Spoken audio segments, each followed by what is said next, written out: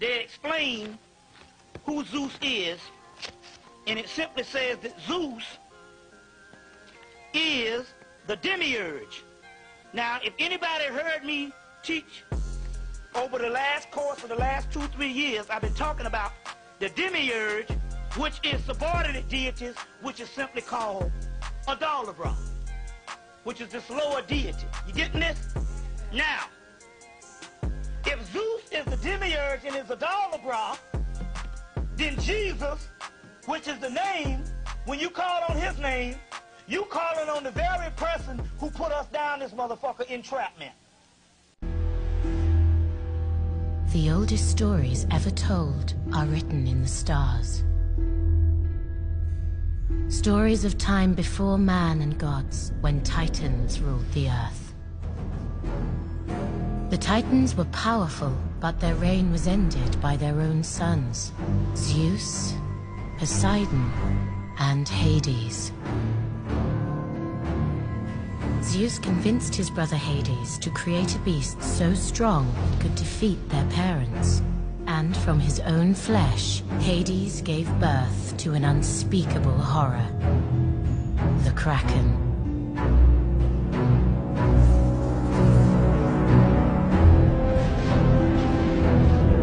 Zeus became king of the heavens, Poseidon, king of the seas, and Hades, tricked by Zeus, was left to rule the underworld in darkness and in misery.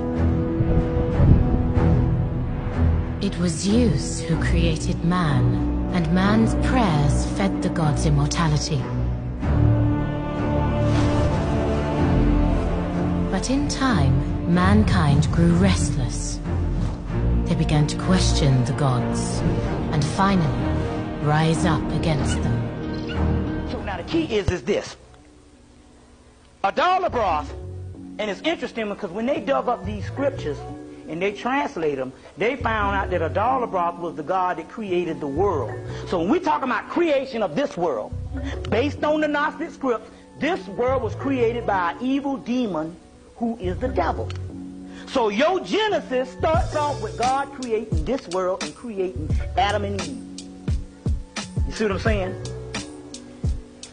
The key is this particular God that sets over these particular religions in 1945, when they dug up the Gnostic scripts, the white boy not only found the original teachings on where, the original teachings go back to Egypt, we know it is all over the world, but the ones that was copied of the first 4 gospels, he found the original ones and they was dialectically opposite of everything the first 4 gospels say. Now I'm going to get ready to get into the stuff in a few minutes. I'm going to show you what the scriptures say. So, not only did he learn that we found the original Gospels in 1945, we just not learning about this shit. You see what I'm saying? Not only did he learn that, he understood that the God that every black person in America worship, basically the masses of the people is in Christianity, is in fact the devil. And not only that, the devil is on the white man's side. Or let's put it this way, the God of Christianity is on the white man's side.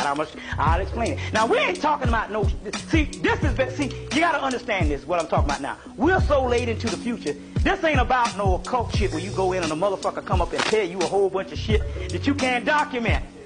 See, we got to jump on a nigga's ass now. Why?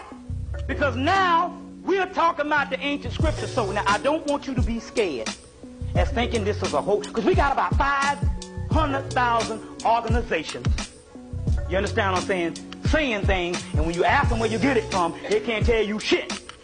You understand what I'm saying? You see.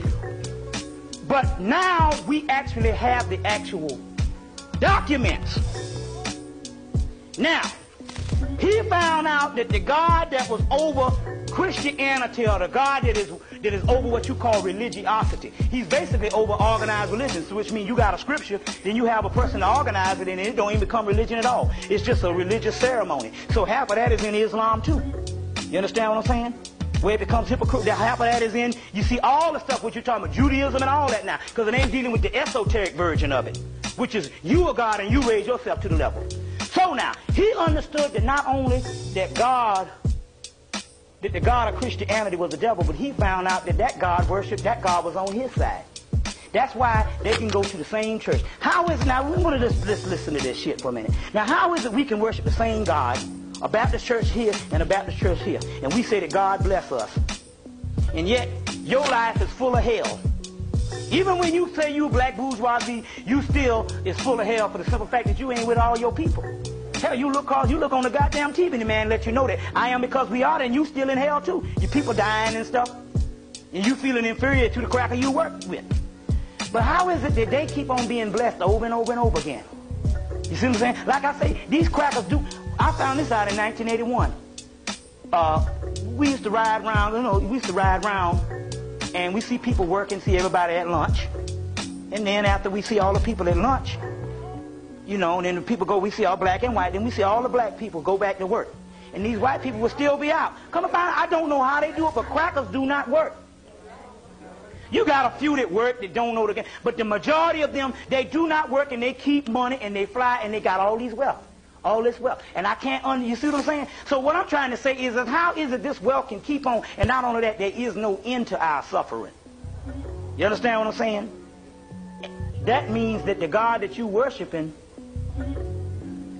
can't bless you, because the only person can bless you is you, for the simple fact that you have the energy of the Most High, the original God that's in you. And so when you worship and pray, you give the energy to this particular Adalabroth in the Gnostic script, and you keep this mug afloat.